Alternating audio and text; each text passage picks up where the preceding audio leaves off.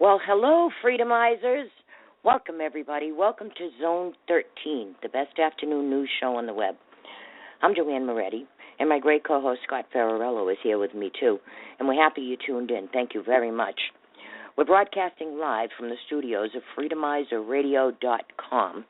Today's Thursday, April 30th, 2015, and it's 3 p.m. on the East Coast. Our chat rooms, both at Blog Talk Radio and right here at FreedomizerRadio.com, are open for you, too. Our famous colleagues, Lynn, AstroTurf, and Anna, are in the chat rooms putting all the links and documents to our stories that we're going to be doing, our investigation and all of that today. So please say hi to everybody when you get over there. They are fantastic researchers, and where do you see all the stuff we have found? Before we start, I have to do a short disclaimer, and that just tells everybody anything said here is my responsibility and not that of our wonderful sponsors, Freedomizer Radio. It goes like this. The comments made by hosts, guests, callers, chat commentators do not necessarily reflect the viewpoint, ideology, beliefs, or anything else of FreedomizerRadio.com, their sponsors, or their many valued advertisers. All right. Now that that's out of the way, let me open up Scott's microphone, introduce him, and then we're going to start this show. We have a lot of stuff to talk about today. Welcome, Scott. Hey, how you doing, Joanne? Oh, I don't know, man. I don't know. I have had an epiphany overnight. First of all, I'm not feeling well. I've got a cold, so if I cough and sneeze, please forgive me. There's all kinds of pollen and stuff around here. Yeah, with all the research we've been doing and then all the recent revelations of what's going on in Baltimore, it has led us to the bigger picture. And it even includes Jade Helm. It includes the purging of our military. It's the causing the rift between our police departments and the public. And there's a revolution going on. It's right in front of our eyes. It's been going on since at least the 60s, and we don't even know about it yet. But today you're going to find out. How are you doing? I'm fine. You know, trying to break out the weenies and the marshmallows as the world burns. But, other than that. It's burning, and we have a lot of work to do. They're in their end game, and we haven't even gotten on the field yet. But I am going to offer some solutions today. But it's going to take the canyones of an elephant to get it done. But we're going to need this. Let me start with our talking points. I wrote a little short thing here. It says the revolution has started, and most people don't even know it yet. The regime is in its end game, and most decent Americans still have no clue that they're witnessing it, and they still haven't figured it out. He has been purging and demoralizing the military. You know that. He's been nationalizing the police. As a matter of fact, he made his announcement. There's a review out and everything. He has created hate between the people and the military and the people and the cops. He took away our defenses by causing a rift between the cops and the military and the people.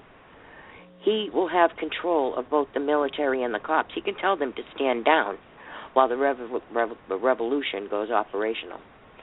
They left nothing to chance, by the way. Look at the groups that we've exposed all over the place since the beginning of this show. They're all coordinating with each other. They have built this massive database, sharing it with each other. That's evident as with Hillary's comments yesterday, and we'll get to that.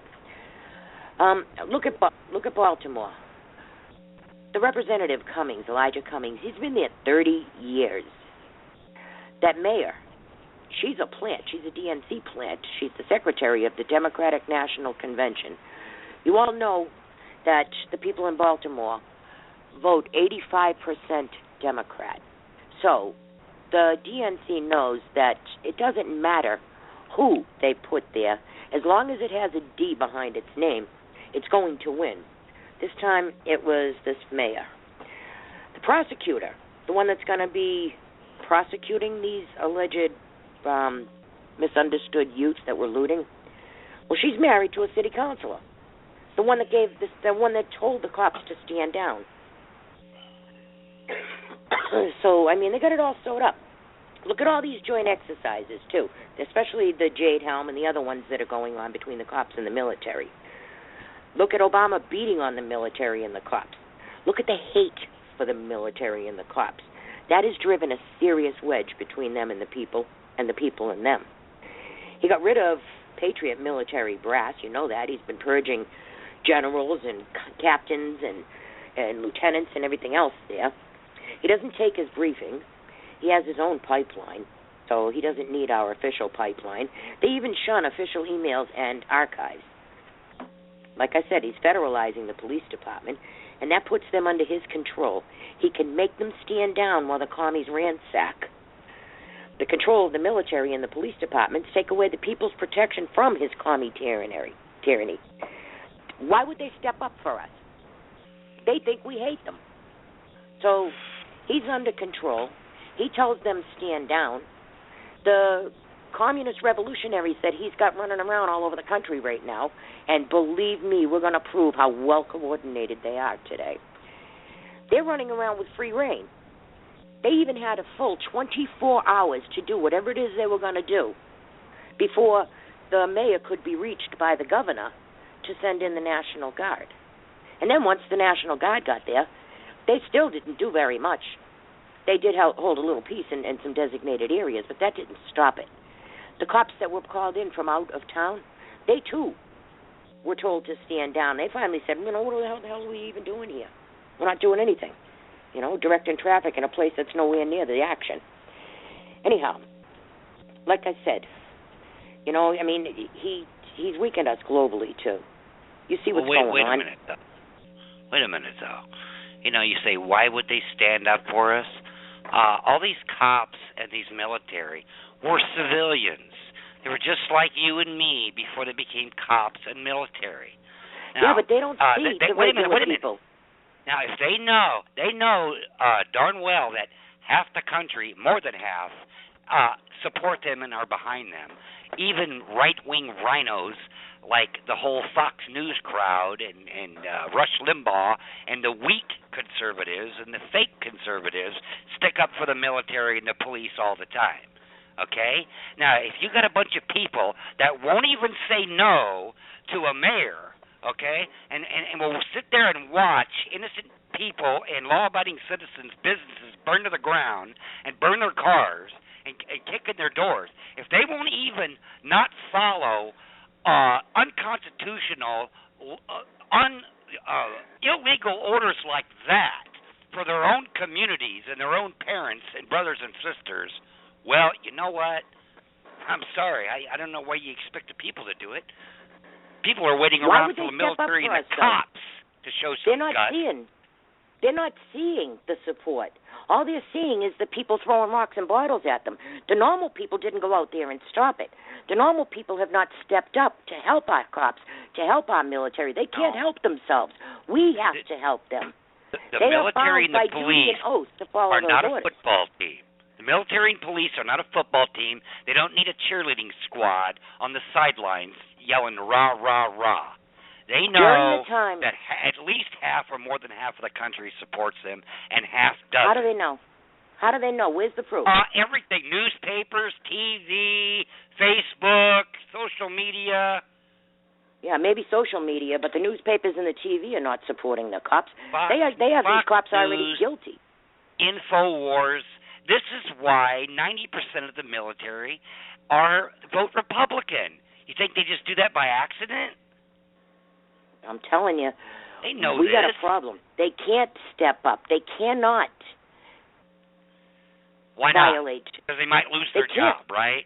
No, but what proof do they have that anybody is sticking up for them? All they're doing is getting hummed by bottles and rockets.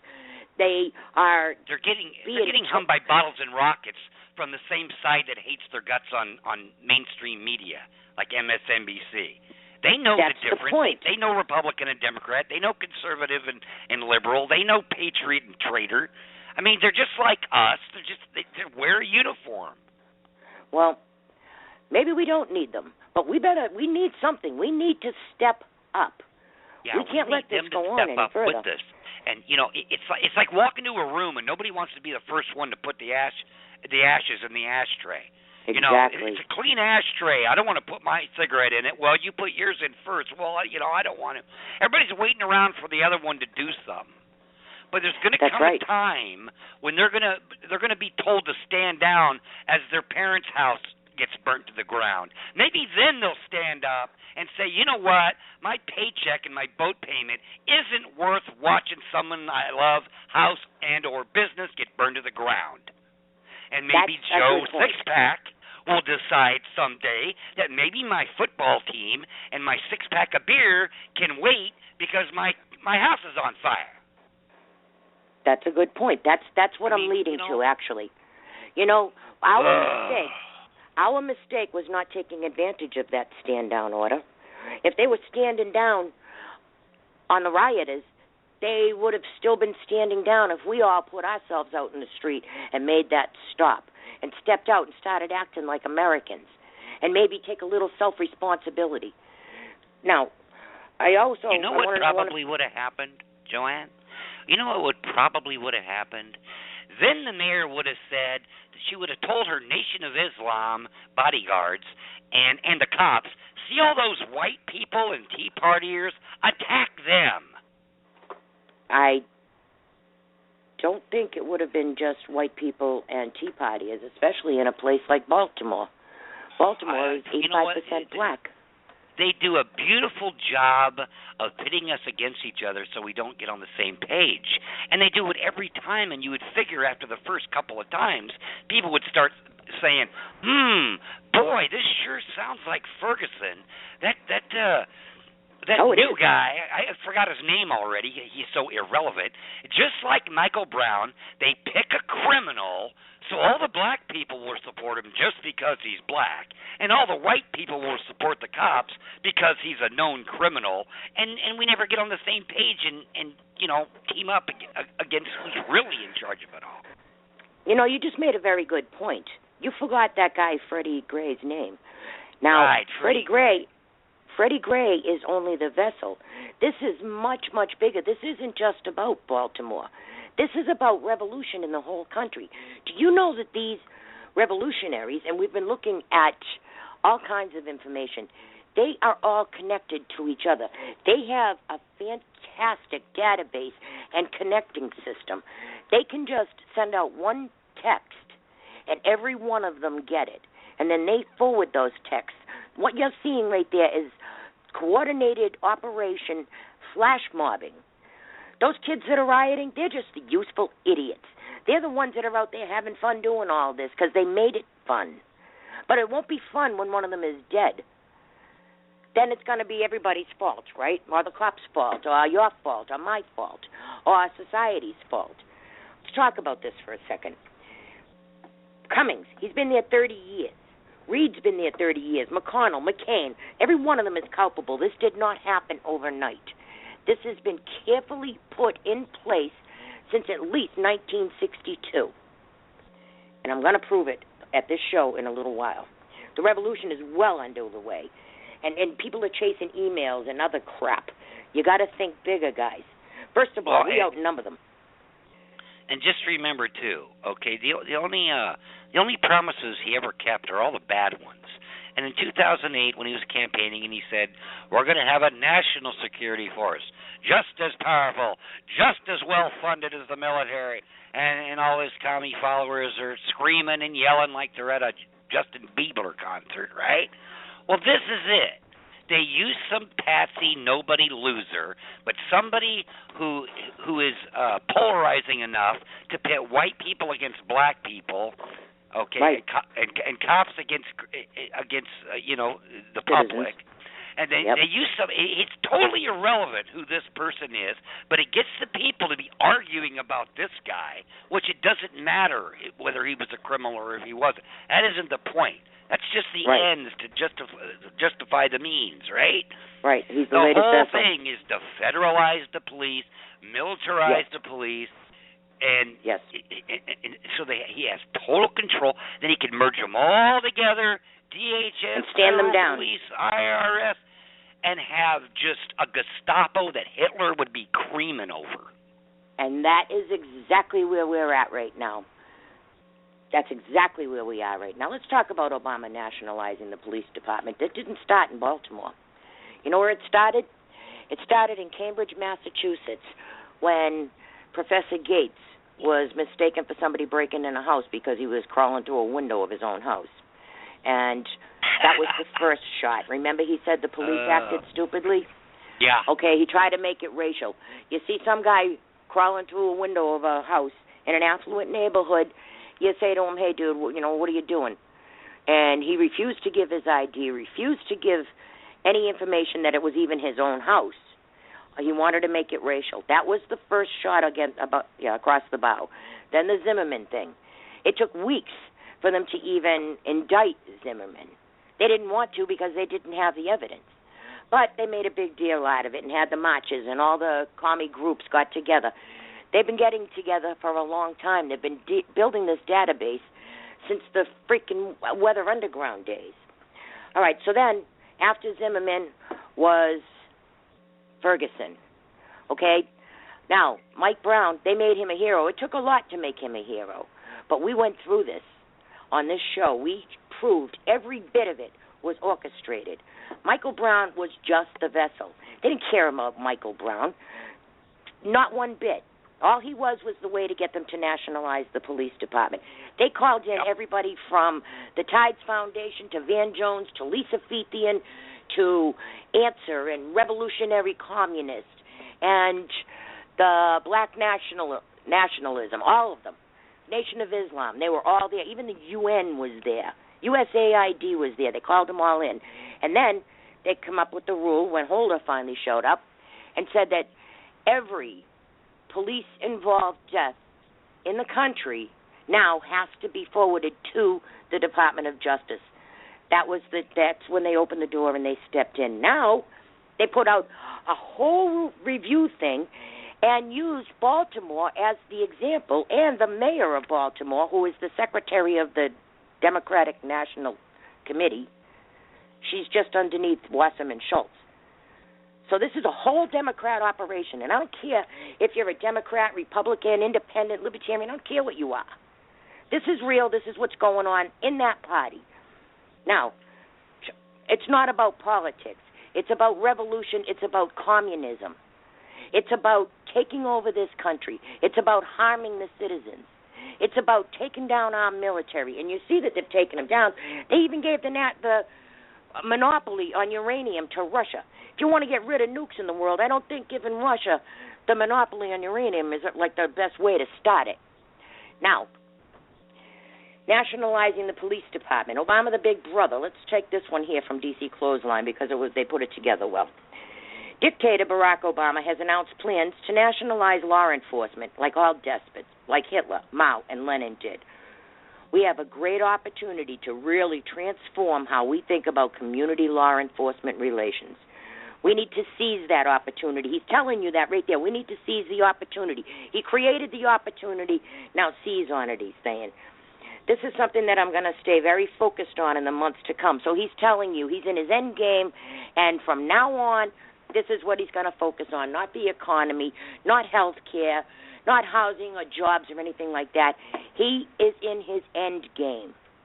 He has a mission, and he's running out of time. He said, I expect our friends in the media to really focus on what's in this report and pay attention to it. 3 short lines, but they're very revealing. Like all criminal enterprises, the Obama administration wants to consolidate power. By nationalizing the police force, liberals will be able to spare minority criminals from going to prison. That has long been their contention, that too many blacks and Hispanics are sent to prison merely because they broke the law, and that the fact that a proportionate amount of whites should be in prisons. So either whites need to greatly increase the number of crimes they commit, or we will be forced to greatly decrease the number of minorities in prison. Seems to me a more productive course of action is to break the criminal coalition of Democrats and teachers' unions and all of that. Maybe the inner-city schools could see some real improvement and allow blacks and Hispanics to better their lot within the law. Poverty breeds crime. Education is the best tool against poverty, but the education system has been sewn up by the communists. Union rules mean that the inner-city schools get the most inexperienced teachers, and inept or plain lazy teachers can even achieve tenure and become impossible to fire. Imagine if Obama had done this just after he took office. Darren Wilson's head would be hanging from a spike in Ferguson, and there would be a Michael Brown statue next to the Lincoln Memorial. Obama plans to incorporate federal control the same way he did with Common Core. Law enforcement agencies get federal funds. However, in the future, to receive those funds, you will need to incorporate whatever suggestions the Department of Justice throws your way. I'm going to stop right there for a second because remember all that military equipment that we've been complaining about that's been going to local police departments? Well, it's a twofold thing. First of all, it came with strings.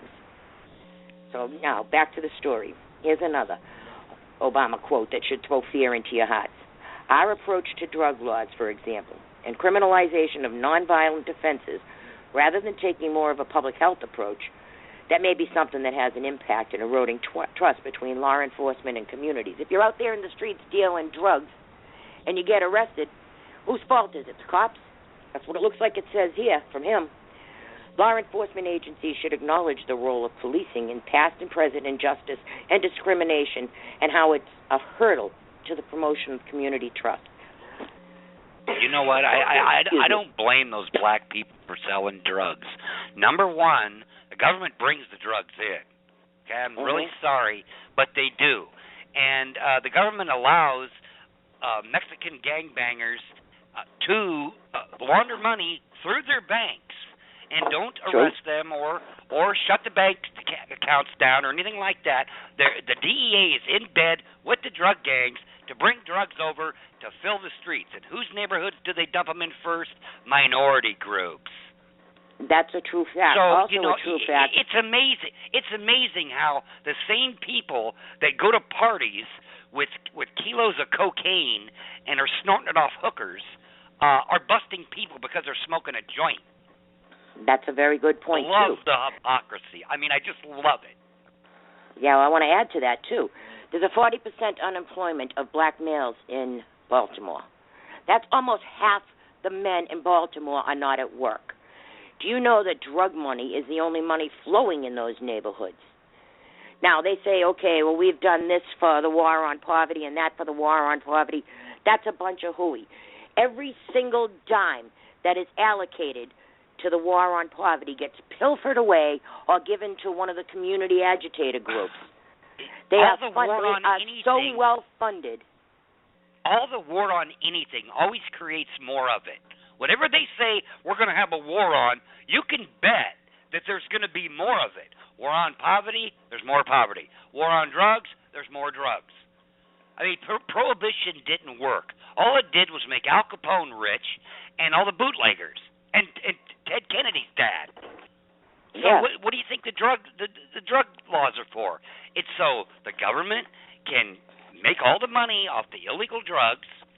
The pharmaceuticals and the liquor companies who are funneling hundreds of millions to politicians to keep weed illegal. I mean, the corruption is so deep, it's not even funny anymore. So I don't even see what the solution is until a total meltdown of society and the world financially before people get into the streets and go crazy.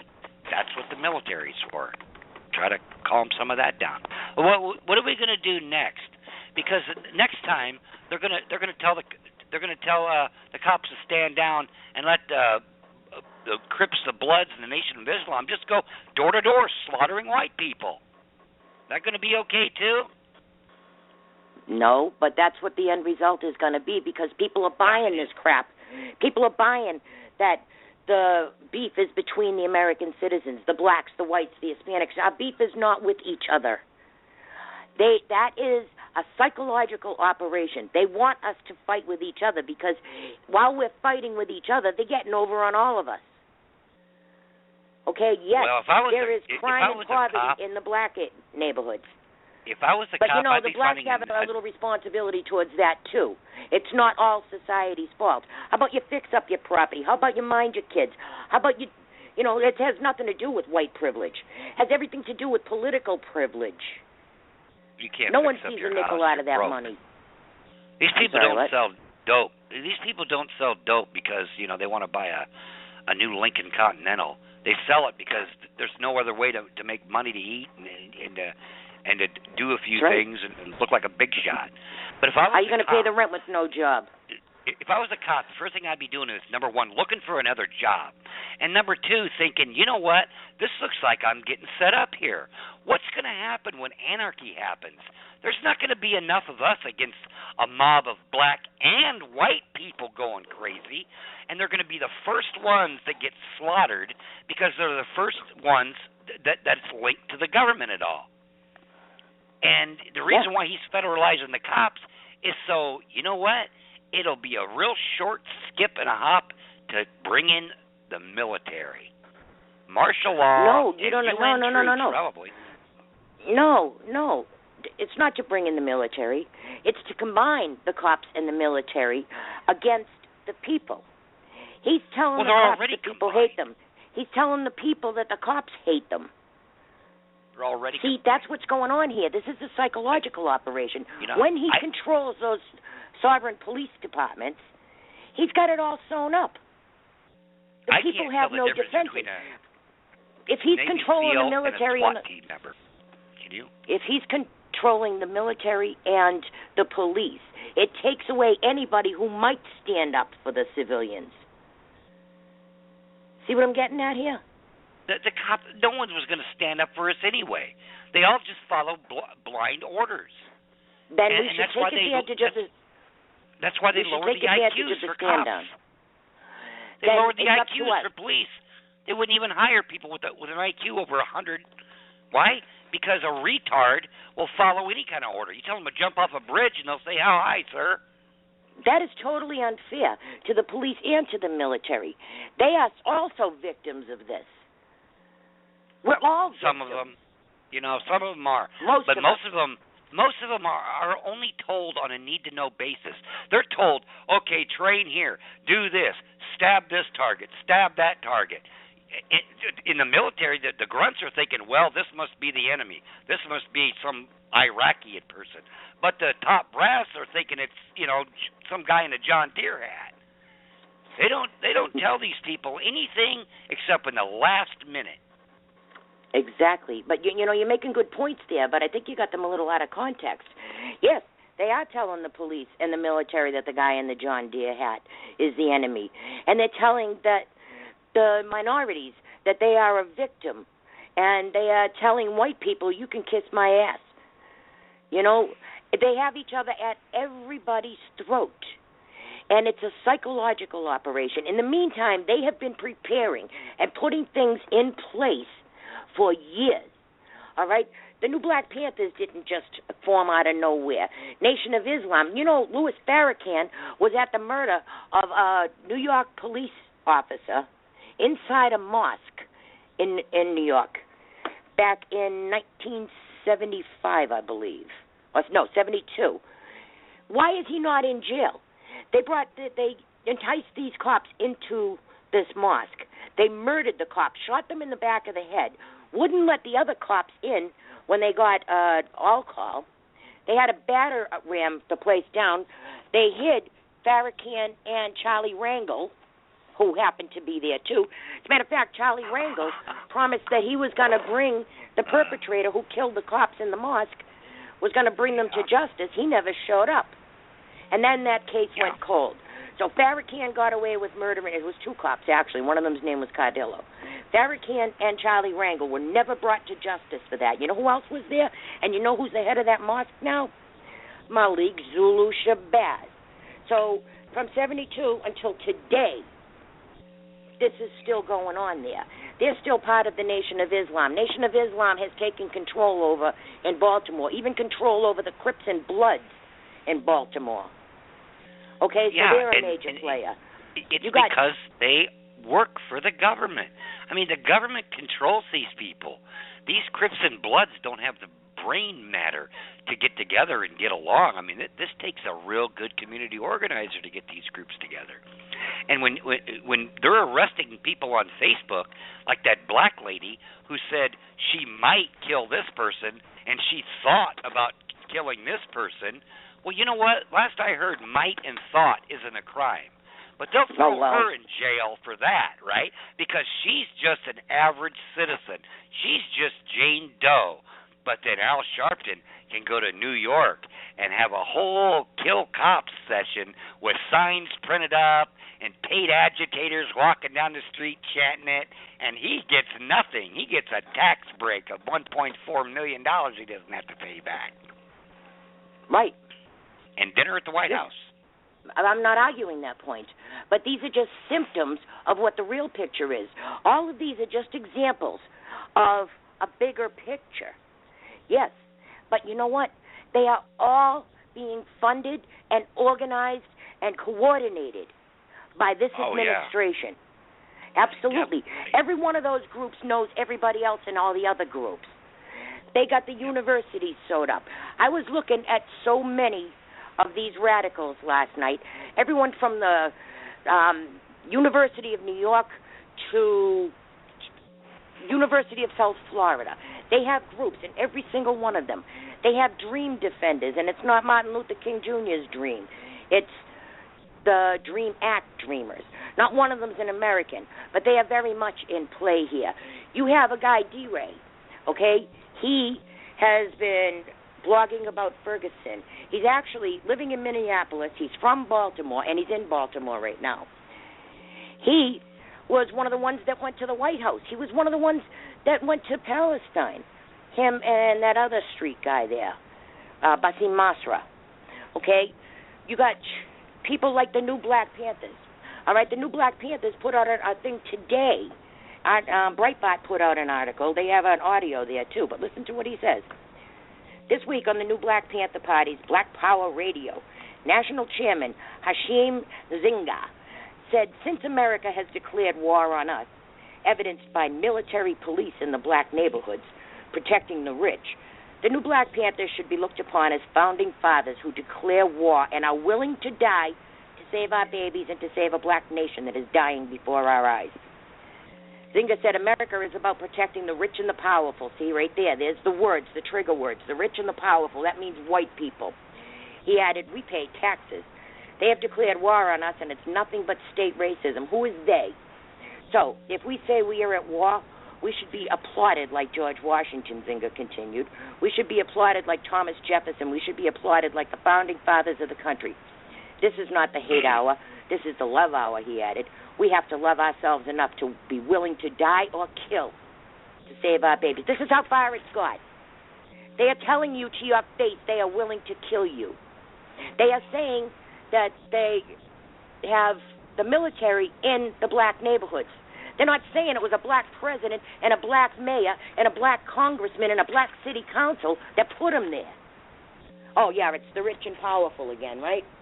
It's always the rich and powerful. Well, now it makes sense why they put a community organizer in the White House, doesn't it? Doesn't that make sense now? Mm-hmm. Because this is community organizing times 1,000 to the worst possible, end result you can possibly get. And that's what you can usually do with techniques. You can either use them for good or you can use them for evil. Yeah. All right, so now they still want us to believe it's blacks against white. It's the New Black Panthers are an orchestrated group. They are heavily funded by all these other groups. I've already told you about Acorn, and I've told you about George Soros, and you all know it too. Not just me is telling you. You've all done your own research out there. So you know the Tides Foundation. You know Van Jones with his Velvet Revolution and Storm. You know Lisa Fethian. You don't even bring her in unless you want riots. You know damn well she was on the ground in Ferguson. Who brought her in? She gets the big bucks because she's the best in the business. They slow-walked that investigation. They didn't tell people squat about Mike Brown and Ferguson. They had to give it time to build up. They put it off and put it off and put it off. Today, tomorrow they're supposed to be giving you some results on this guy, Freddie Brown. Last night, the Washington Post put out that the guy was bashing himself off the walls inside that paddy wagon. They had to stop that paddy wagon, shackle him, and put him back in. You all saw that he was being held underneath his arms by those two bicycle cops. They weren't pushing his head down. They weren't strangling him. They were dragging him. But when they went to put him in the van, he lifted his foot, got up onto that step, and put himself inside that van on his own free will. So he was not hurt then. Listen, he was not hurt then. Now, if they had taken him for a rough ride, there was another passenger in that truck. That other passenger would have been hurt too. How come the other prisoner isn't hurt? The other prisoner now has come out with a statement saying that the guy was bashing himself around. Anybody who knows how somebody with mental illness or a stressful situation or crashing on drugs knows that there are people who do bang their heads. I have seen it personally. They do bash their heads. They do slam off the walls. They kick things and bang things. But still, if he hurt himself... When the goal is to burn down a forest, it makes no difference whether a white person started it with a match or a black person used a blowtorch. You got the forest burnt down. So while we're arguing over if Freddie bashed his head or not, it doesn't matter. It doesn't matter in the end. It just gets us to fight over something while they move the agenda forward. Exactly, and that's my point. That's what I'm trying to explain to you. So what if the guy did hurt himself? Now, you have 6 cops who are suspended. Okay, you have 4 investigations going on.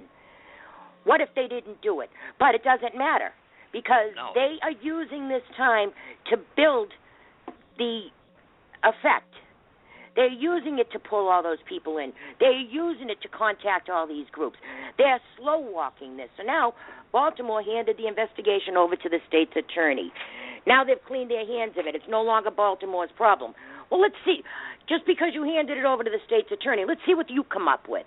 They're not going to tell you what Baltimore already found because they know damn well that they don't have enough, just like they didn't with Zimmerman, just like they didn't with Mike Brown. When they came out, what if he did hurt himself? When it came out that Mike Brown didn't have his hands up and he attacked the police officer, CNN was still holding up their hands saying, hands up, don't shoot. Guys in the NFL were still holding up their hands saying, hands up, don't shoot. See, it doesn't matter what the truth is. When I'm the agreeing goal with you. Is to start all then why discuss whether he hurt himself or not? Who cares? Because that's a very important thing. It may come down to it that those cops are exonerated. Then what? It won't matter. It don't matter if you're exonerated. What's it say? Darren Wilson was exonerated. Did that stop Ferguson from being federalized, from being burnt to the ground? Did any of that get put back and say, oh, we're sorry, we were wrong? I'm agreeing with you. It doesn't matter because the result is not the result that they want is the riots. See, that's the goal. The goal is not justice. Right. The goal is not justice for Freddie or for the cops or for Baltimore. The goal is the riots. Right. The goal and is the to get them in there. The goal is to slow walk it. The goal is to do as much damage as possible. To get people so far into it. You still got people last night walking around with their hands up when it never happened. Just like you said. Right. But it's too late now. It is too late. You repeat a lie often enough, it becomes the truth. And that's what they're doing. So now they need more time. There's not enough damage done yet. They got it going on in Denver, in Houston, in Chicago, in New York, in Baltimore, still in Ferguson. This is spreading like crazy. Now, the day that this happened in Baltimore, all those kids at that high school where it first started all showed up with their backpacks on. They haven't worn a backpack all year. All of a sudden, all the students have a backpack on. Why? Nobody saw anything different about that. There was a news camera outside that high school before those students ever walked out. Somebody tipped off the news, didn't they? Of course. It's just like when they passed that propaganda law that says it's okay to lie to people in the news now. And there used to be a law against that. Well, the news, it's all called fake. Media now. It's media means entertainment. Staged terror is what it is. Mm-hmm. Staged terror, and it works because people don't even remember Ferguson is the exact same cookie cutter program that they did in Baltimore. Right. As was in Florida. Now they want to go to Boca Raton. Boca Raton is a very, very wealthy area of Florida. So now these people with the Dream Defenders who want to get the ball rolling down here in Florida decide they want to go to Boca Raton. Let me tell you something, Dream Defenders, I really don't think that's a good idea. Down in Florida, as you saw with Zimmerman, there is a stand your ground law. You have to assume that all these little old ladies you're about to pelt with rocks are armed. I guarantee you, 90% of the people in Florida are armed. That's what and it's going to actively take. pack it. A few hundred shots around the world.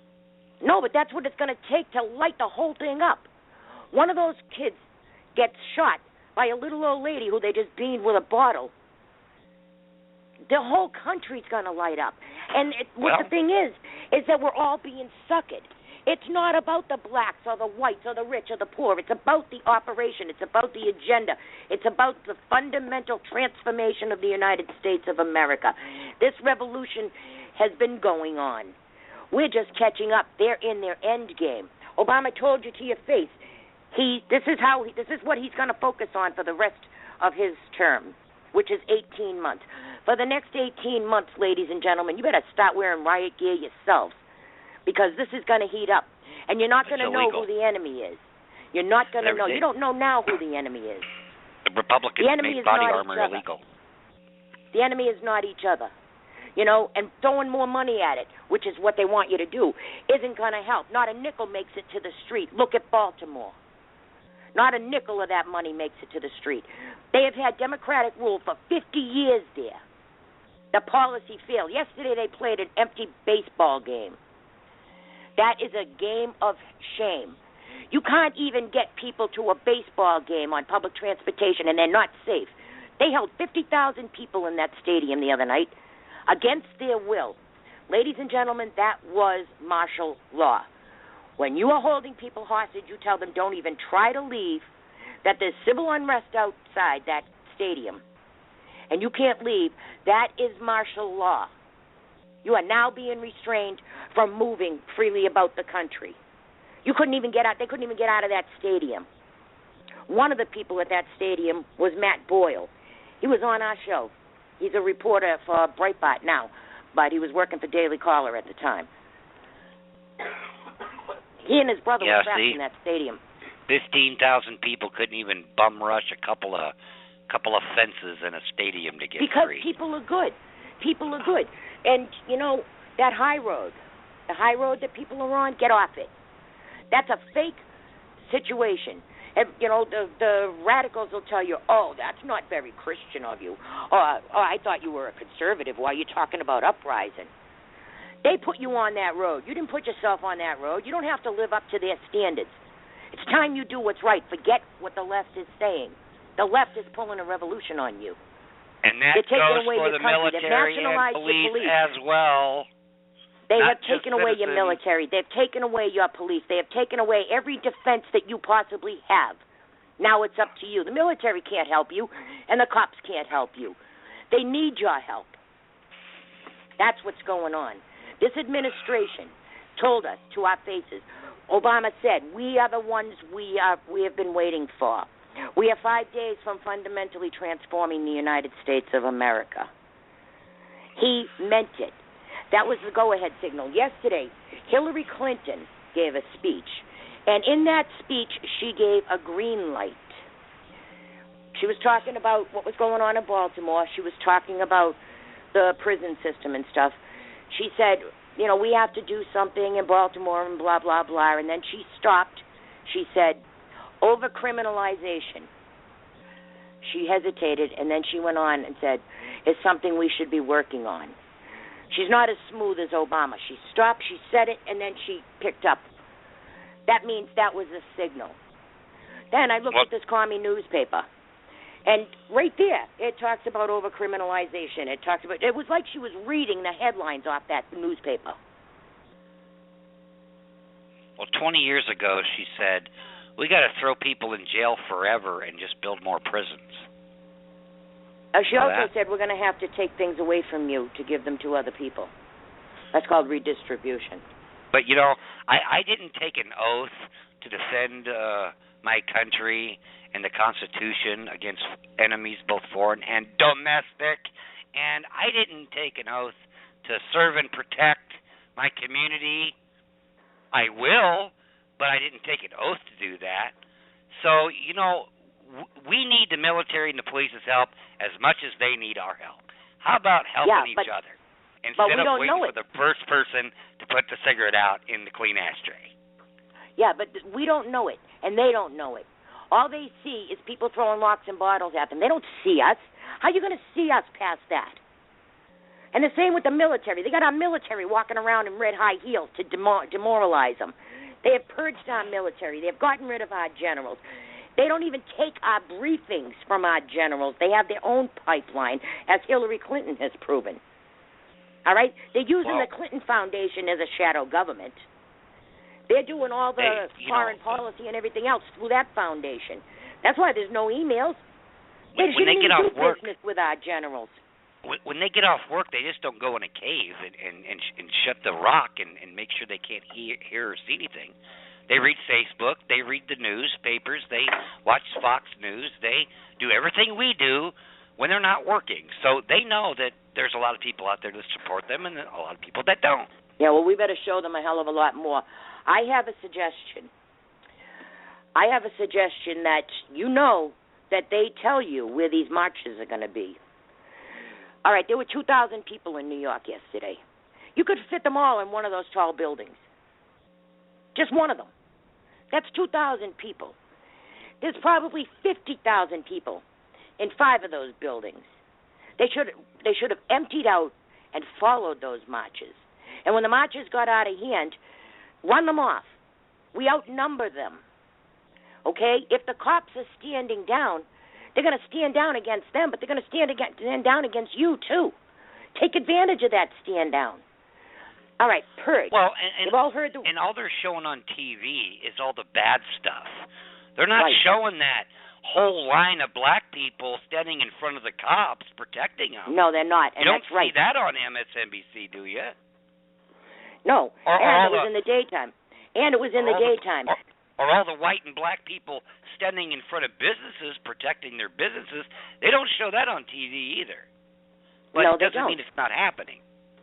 No, but people don't know what's happening. The people right there on the scene do. But the media isn't telling anybody else. Well, that's what our job's for. How does the cop in California know that those black people were lined up in front of those cops protecting them? How do the people in Arizona know? Or people like us, the other side of Baltimore. Nobody knows. Nobody saw that. You know what else they said? They said don't show black on black with the fighting with the cops. So now you see pictures that are so controlled. You'll see the black man up against the shield, the face shield of a cop, nose to nose, and that cop is white. You know what a good sign is, though?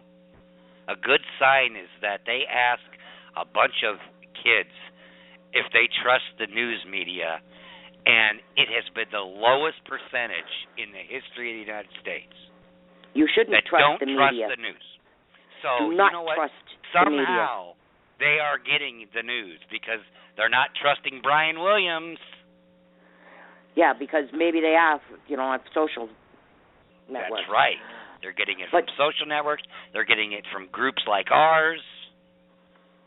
Well, I'm hoping so. But we need to do more. It's too late to start organizing. So we have to steal them. We have to steal their playbook. We have to shadow those marches. We have to march there with them. Keep it decent. When it doesn't get decent, get angry. Get rough. Just get as rowdy. I'm not saying destroy property. I'm not saying hurt people. I'm saying do what it takes to make it stop. Show yourself. You need to show yourself. Look at that million-man ride to D.C. with the bikers. That hardly got any airplay at all. Yeah, you and have they were also on the high bikers, road. And nobody sent a reporter to that. Why? Because it was good people standing up for what's right. And yes, it was. That doesn't sell. See? It doesn't sell.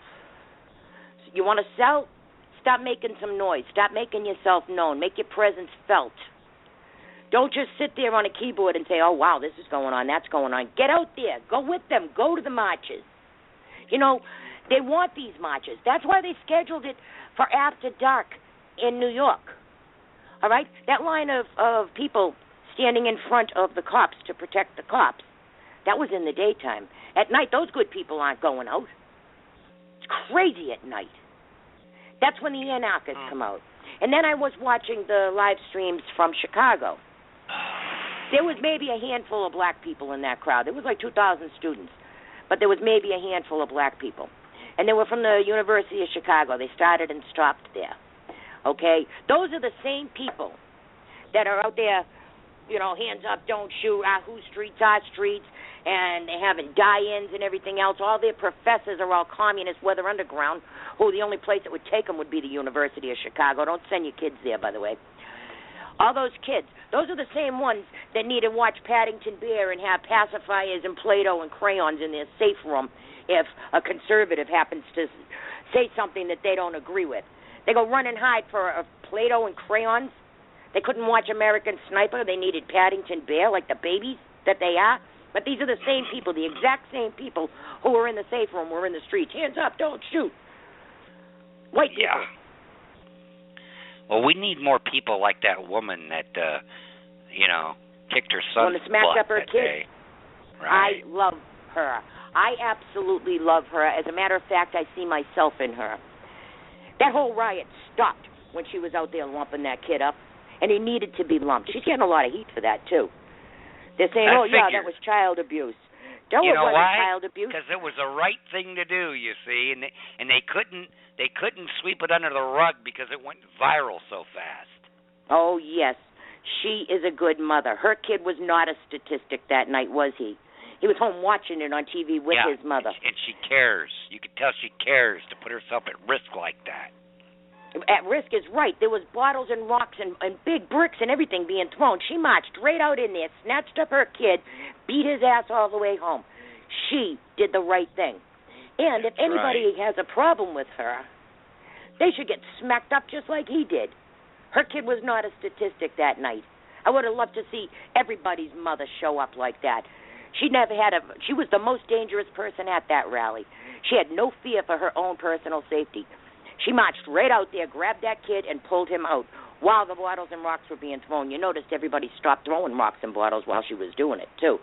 Oh, crap, someone's mother showed up. Yeah. That's funny. I love her. I'm glad it worked out for her because, it might not have in another situation, but I'm glad it did. I'm glad it did, too. She'll probably get a lot of free dinners and money out of it, but you know what? I don't know if anybody set up a GoFundMe, but I'll be the first one to buy her dinner. If I can find where the GoFundMe is, I will make sure everybody passes. That poor woman needs a break. She got 6 kids. She's right there in that hellhole trying to keep a lid on her own goings-on. She just lost her job. So, that she could use a break. Yeah, see? Here she had a job and she lost it. Why? Because this government could give a crap less about black communities unless they want to use them for this type of nonsense. The money that we give them never reaches them. Every politician has their fat little pudgy paw out. Every one of them redirects money. Even the money that the Department of Justice sued Goldman Sachs for went to community organizers. Remember, we flipped out about that on the show. What do you mean it didn't go back in the Treasury? You sue Goldman Sachs for a couple $2 billion and you don't put it in the Treasury, you give it to the acorns? Of course they did. They're funding this. They're shaking down American institutions so they can fund it. They are pilfering money, every bit of that community reinvestment money. Not one nickel of it saw the street. There's a 40% unemployment rate in that area of Baltimore. No wonder they're dealing drugs. How the hell else are they going to pay the rent? And it's been 50 years of that policy. And 30 of it, Cummings has been there. Cummings was rubbing up on that mayor, too. I don't know. I think there's a little more to that story. But they know, just automatically, if you run a Democrat, that Democrat's going to win. Doesn't matter if the Democrat is the worst louse in the world or if it's a plant like this chick is. She's the secretary of the Democratic National Committee, and she's a mayor. They put her there. She didn't win that race. They just picked a D, and on they went. There is no informed voting going on. People are buying this crap.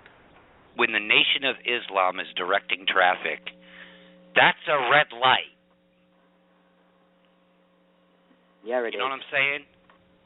And she's standing there giving a press conference, and she's got Nation of Islam goons standing around her, like she's Louis Farrakhan's daughter. And, I mean, that should be freaking people out alone. All right. Now, I told you that this investigation was headed to the state's attorney. Let me read something here to tell you how incestuous this is. Marilyn Mosby is Baltimore City's newly elected state's attorney. She's the youngest chief prosecutor in any major city in America. As an active member in her profession and community, Marilyn has served in a number of leadership positions on several committees and boards, including the peer review committee of the Maryland Attorney Grievance Commission, the Judicial Nomination Committee for the Monumental Bar Association, the NAACP Baltimore Branch Criminal Justice Committee. Now, you might also remember when the riots and looting broke out on Monday. There was a city councilman who told the police to move back from their positions. When the police did what the councilman requested, the stores in the immediate area were booted and looted. Okay? The councilman's name is Nick Mosby.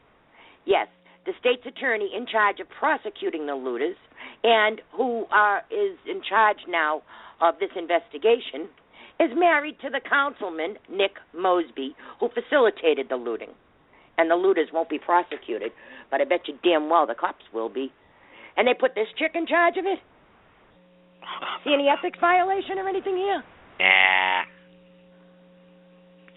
Nah, not at all. Business as usual. So, what are you going to do? What are you going to do? What we're going to do is we are going to start pulling our act together. We are going to start acting like the American citizens that we are supposed to be. We cannot wait for it to be done for us anymore. We have to get out and do it ourselves. We have to get off that stupid high road that the left put you on. You don't have to live up to their expectations. They don't make the rules for you. You make your own rules. If you got to get aggressive, well, I don't think there's a better time than now to do it. You do not want to fight with other Americans. It is not where the beef lies. The beef lies with the politicians who have been there more than 2 terms. Why would you ask the people who got you here to get you out of here? And why would they? They spent all this time getting you here. They're not going to get you out. You got to do it yourself. So when they post that they're having a march, you all better show up at that march too. Outnumber them. Control that crap. Don't let them rip your cities down. You got to stop this. If the cops are standing down, they're going to stand down for you too. As a matter of fact, if I was a cop and I was standing there and people were looting businesses, all of a sudden everybody in the neighborhood showed up and stopped them, I think I'd applaud the people that showed up to stop them. I certainly wouldn't be arresting them. And if you're told to stand down, that means stand down for everybody. I'd be walking away with my head shame because the citizens had to do my job. And I didn't have the balls to tell the mayor, no, I'm not standing down. They're breaking the law, and I'm a cop, and I'm law enforcement. I'm going to enforce the law. Well, that isn't going to happen. That's a pipe dream. Then they're worthless. We're at the reality stage why are we now. Paying This them? is the way it is. When we march pay them to with enforce those kids, the law, no? Or do we pay them to enforce the law when they're burning down our business, or is it just so they can write us a ticket or to pull us over for a DUI? Exactly. That's what the politicians think they're for. I'm not giving them a pass. But if they're standing down, you might as well handle it yourselves. Yeah, you might as well handle it yourself because they're worthless. Well, then, if you want to say that, fine. I don't think that's fair one bit. But if they are told to stand down, there isn't really much you can do. You can either take what's going on or you can stop it yourself. Now, what's it going to be? And as far as marching with them, show up at every one of them. March with those kids. While you're marching with them, talk to them. And then if they start getting unreasonable, there's way more of you than them. Make it stop. You are at a point right now where you are losing your country, ladies and gentlemen. The war on you is already half over, and we're not even in the game. What do you think this is? It's just about the black people and the white people and the criminals? No, it isn't. It's about control. It's about nationalizing everything. It's about fundamentally transforming this country. It's about losing your Constitution. It's about nationalizing your police, your banks, your health care. If you were going to pull a coup, they already got it going on. If you were going to pull a coup, what would you need? You would need control of the banks, housing, health care, food, water, law enforcement. They have it all. Education. They have all of that. And we handed it over to them willingly. And then we leave them there for 30 years. Not really, because all he has to do is write an executive order, which he did to take control over most of it, and if that executive order isn't challenged within 60 days, it becomes law. So then your beef is with the people who didn't challenge it then, right? Yeah, but Not you know each what? other. They just voted all those people out, most of them, midterms. Guess what? It didn't matter. Did it? No, it's time to forget. See, you have to draw a line in the sand of what you're willing to die for. Everybody has their own line. You have to draw your line and know what it is and be willing to die for that. And now you have to ask yourself, are you that brave? Is it worth it? Is this country worth it? Or you can sit back and let this all go on and let the cities burn down. And when the cities burn down, where do you think all these people are going to go? Out to the suburbs, right? And then what are you going to do? Yep. Okay? What are you going to do then? They can't stay in the city if it's burnt down. So where are these people going to go? But the politicians are fine, right? I saw Cummings out there with a bullhorn last night. Everybody go home. Everybody go home. Yeah, you know what they said to him? They said, "You what? Go home, N-word." Yeah. Did you see that? Yeah, and all the cameras were all around Cummings then. There was like a little pool of white light, and he was smack in the middle of it. And the people are all like, what did you just come out here for attention? You need attention? Is that what it is? Of course. You campaigning for something? Yeah, he wants his next term. He's been there 30 years. What do you think, you're going to get any change out of him? He did change you, from bad to worse. He already changed you. What people don't seem to realize that it's both black and white people in D.C. that are screwing us all. They sure don't care about race when it comes to screwing us. No. There's nobody that has any privilege. That's what I'm telling you. It's not about race.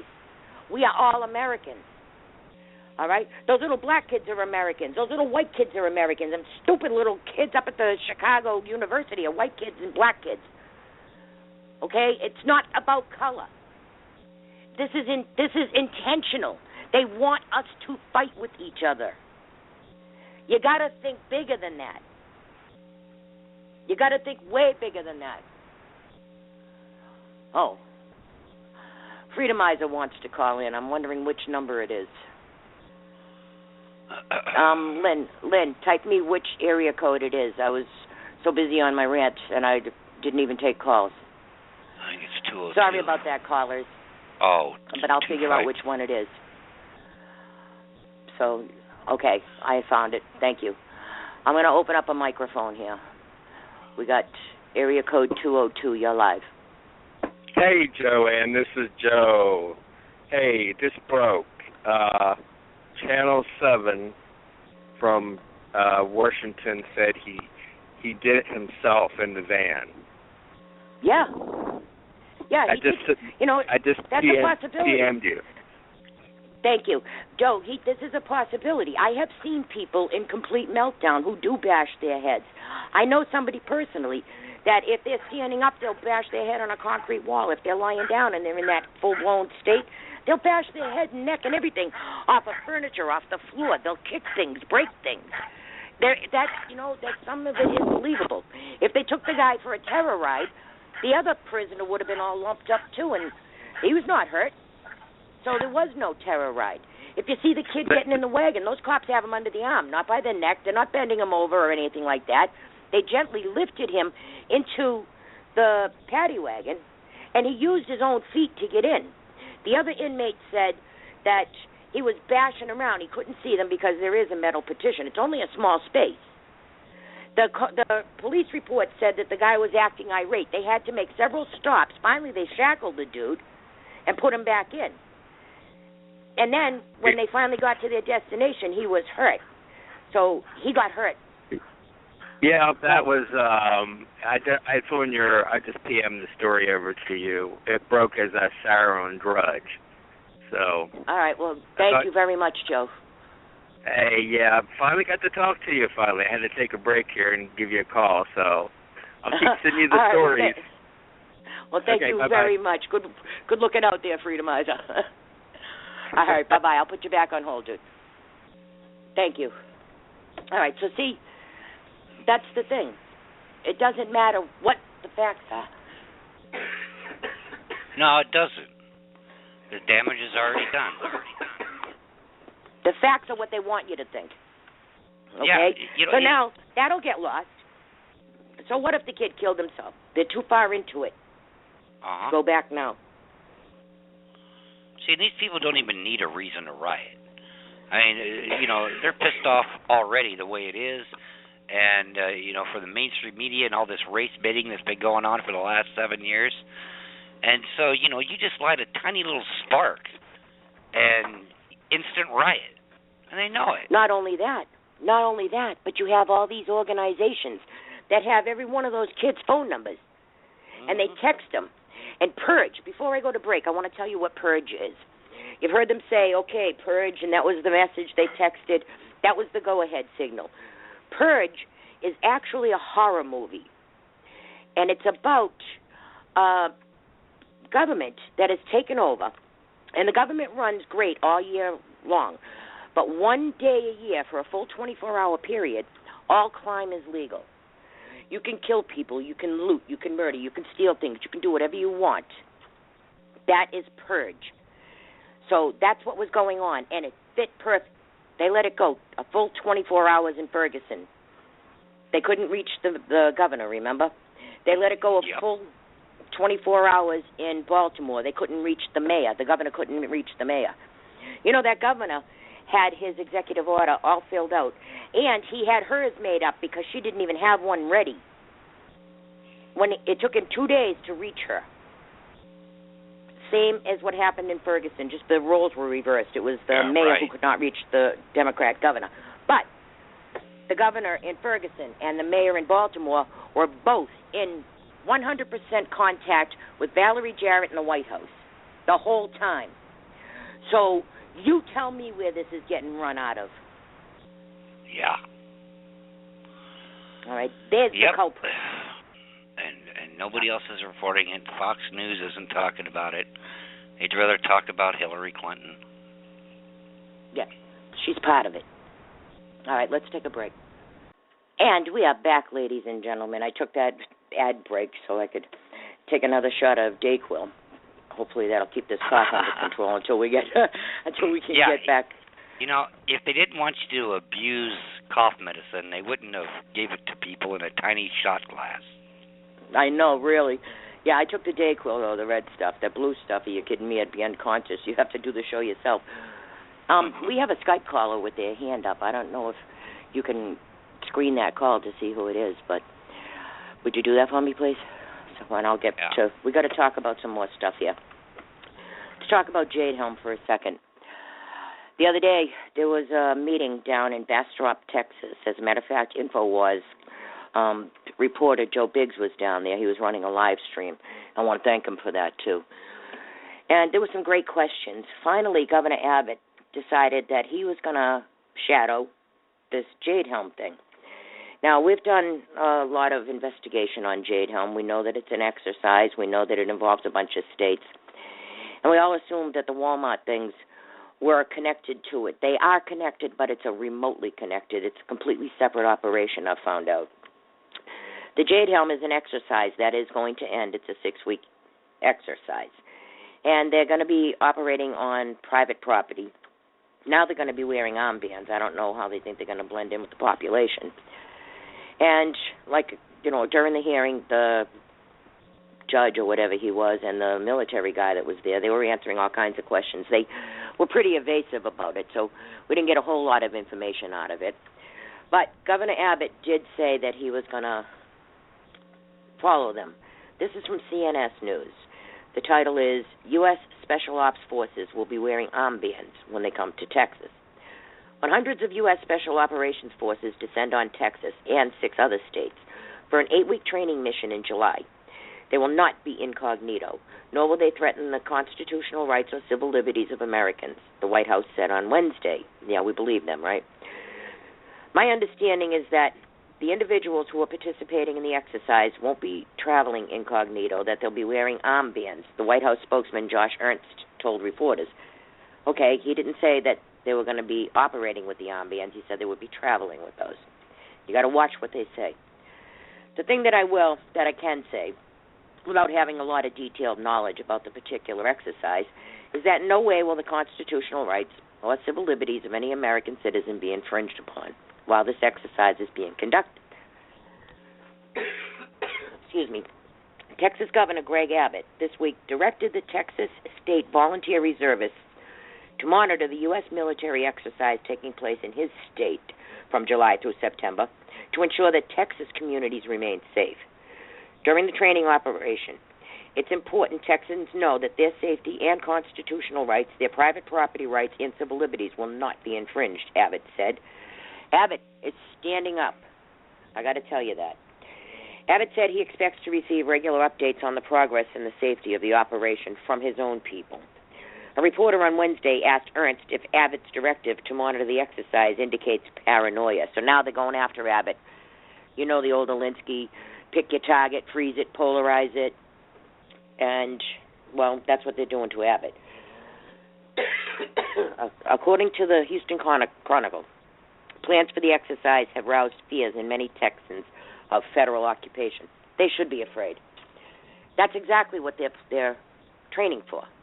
See what's going on in Baltimore, Chicago, Denver, Ferguson? That's exactly what they're training for. They said that it's for training overseas, but then they list the people in Texas as enemy combatants or whatever, hostile. And Utah. Something. Hostiles. In Utah, yeah, and they're Utah. hostile. So the stuff that's going on in Walmart, though, that's going to be a permanent thing. Hey, the caller just wanted to add a possible solution. Okay, well, let's open up their microphone then. Skype caller, you're live. Hi, everybody. It's Andrew calling in. I hope that you're having a good day out there, or nights, whatever it might be for all the listeners. And glad to be on the show. Thank you. What's going on? Great, What's on your mind, dude? Very, very... well, I can see that you've got a very deep knowledge of what's going on in various ways, and there's different ways of looking at these things. But I find that one of the things that's being overlooked is that, and I keep saying this, but I think it's important to mention it as often as possible, Robert Steele, who's a former CIA spy, in fact, actually, even since the 1990s, has been putting together solutions for people to be able to follow. He actually ran for office and made the point, brought his point across that the United States government was entirely corrupt.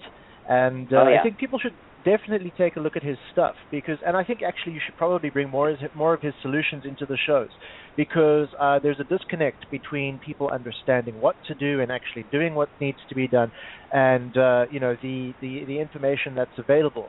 The information is all available. The solutions all exist, and they're there. The challenge is getting people to actually reach that tipping point. So if we look at, for example, how long it takes in a campaign, in a media campaign, to reach this point where you've gone through a process of people actually casting a vote for someone or actually believing in something. 9/11's a good example, when they had to get it to a tipping point where people actually believe, that Iraq has got weapons of mass destruction, and somehow that's linked to 9/11 apparently. Many people took that on and believed that adamantly. So I think that it's something that we need to remember as people that are involved in media, that this information could all be mentioned about 3 or 4 or maybe 5 times during a show. And every time you see something like riots, for example, you could go back to Robert Steele's information and actually say, okay, what does Robert say? about this situation, about what we're actually supposed to be doing, because it's easy to get so frustrated, and I completely empathize with that. You guys are sitting in a situation where people are not listening to, otherwise things would have been changing already, right? Yeah, well, you know what is they're being flurried. It's a chaos, and they're being overwhelmed. So you're chasing down one thing, and the next thing breaks, and before you get to investigate that, the third thing and the fourth thing break. So you're always, catching up instead of getting out ahead of it. You also brought up something very important about this Robert Steele. I told a story earlier about murder inside the mosque in New York, and Charlie Rangel was there, Louis Farrakhan was there. You know who else was there? A guy named Comey. Do you know who Comey is? Comey is currently the FBI director. He's the U.S. FBI director. He was also there. What was he doing there? And back then, Herbert Hoover was the FBI director, and there's some Nixon footage there, audio too. But Comey was there, and now Comey is our FBI director. So you're right. It's corrupt from the top to the bottom. You're also talking about getting the information out. When we first started on the air, they were saying that people were connected by 3 hops. You know somebody who knows somebody who knows somebody. So even though you don't know the third person, you know the second person who knows them. That means everybody's connected by 3 hops. Well, now that these organizations have coordinated themselves and built this huge OFA database that actually Hillary has access to now, that's evident, they brought it down to 2 hops. So now you not only know that one person, but you know that third person too, with only 1 hop in between you. You don't have to, everybody is connected now with 2 hops in their system. So if they send out a text, you get that text, you send it out to all your people. So now the person that sent the text has the information on not only you, but all your people too. So they've eliminated you. They have gone through their program to pull all your friends in. So now they know all your friends too, so they've eliminated 1 hop. It's an amazing system. Yes, I'm actually kind of jealous of it. Sure. There's a lot of amazing technology out there. I think if we look at it from a sort of a bird's eye view, if I could use that phrase, what's actually going on? Okay, we got to make it quick. 1 minute. Oh, gee. Okay, well, statistically, these things are going to happen. You're not going to be able to stop all of the riots necessarily. So I think we need to look at the holistic solutions for people that are already awake. And on that note, I have to say thank you very much for calling in, Andrew, and please don't be a stranger around here. I appreciate your information, and I'm going to check out this dude Steele. All right, on that, I'm going to put you back on hold, and I appreciate it. All right.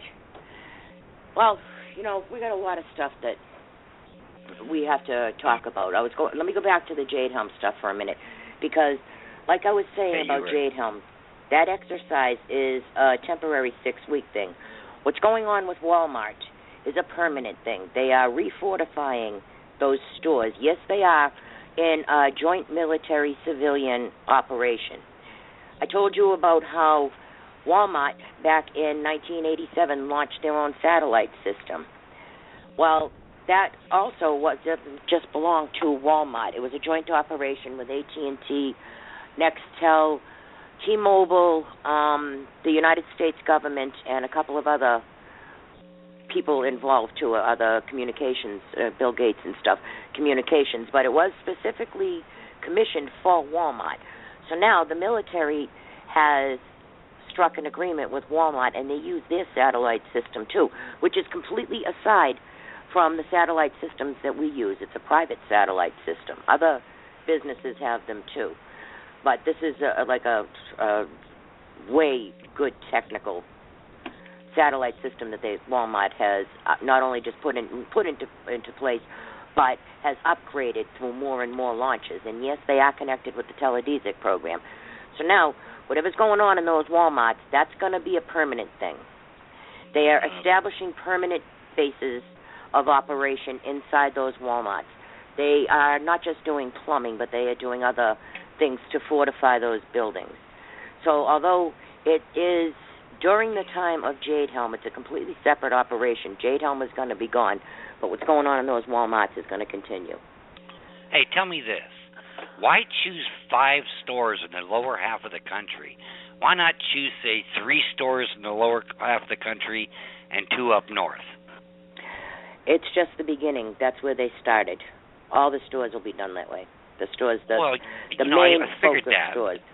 I'm just wondering this is why just they step started one, stage with 5 in the, that just doesn't make sense. I would spread them out throughout the country, especially one in New York or that area. You know what I'm saying? Yeah, well, I haven't figured out. And we don't know that they're not. We know they got busted doing these 5, but how do we know they're not, doing that or scheduling them or, preparing to do those? This is step 1. This is not the whole operation. This is just the beginning. But what's going on in those stores is a permanent arrangement. You got any closing comments for our guests? No, very good show, though, Joanne. You did a really good job investigating all that today. I'm very upset right now, Scott. I'm really, really upset. I'm scared for our country. I'm scared for my family. I'm scared that people aren't going to realize what's going on, and we're going to just start another civil war. We should have a civil war, but it should be all the Americans against all these corrupt politicians and communist groups. Right, we should be holding hands with the black people. We should be holding hands with the Hispanics and the white people and the students. We should be doing exactly what Riot Mom did. We should get in there. We should grab those kids. We should make sure they're safe, and then we should continue to do what we are doing. The war is not with each other. It's them against us including all Americans, all colors. It's not about black versus white. And you think those black people are in that poverty because they're not supposed to be in that poverty? Every single dime that was intended to help them is gone. Every educational grant, every housing grant, every community investment grant never saw the people it was intended to help. Every bit of it went to set up these organizations, to set up the hate, to set up the anger. And now nationalizing our police. They've demoralized our military. They have demoralized our police departments. They have taken them both away from the people, put them under the iron fist of the government, and told them to stand down so that these people can ransack our country. We got to do something. It's time. And on that note, we got to say goodnight. All right. Good night. All right, guys. That's all the time we have for today. Oh, what, Scott? No, I just said good luck. Oh, okay. It's all the time we have for today, folks, and thank you very much for tuning in to Zone 13. To our listeners, all you cool people that called in, thank you very much. Joe and Andrew, thank you. To our colleagues, Lynn, Anna, AstroTurf, thank you. Thank you for the heads up and those callers, too. Stay tuned to FreedomizerRadio.com all week to keep up with the latest news, all the information that you can use, and we'll see you here right in the same place next Thursday, 3 p.m. On that note, good night, everybody. Zone 13 out.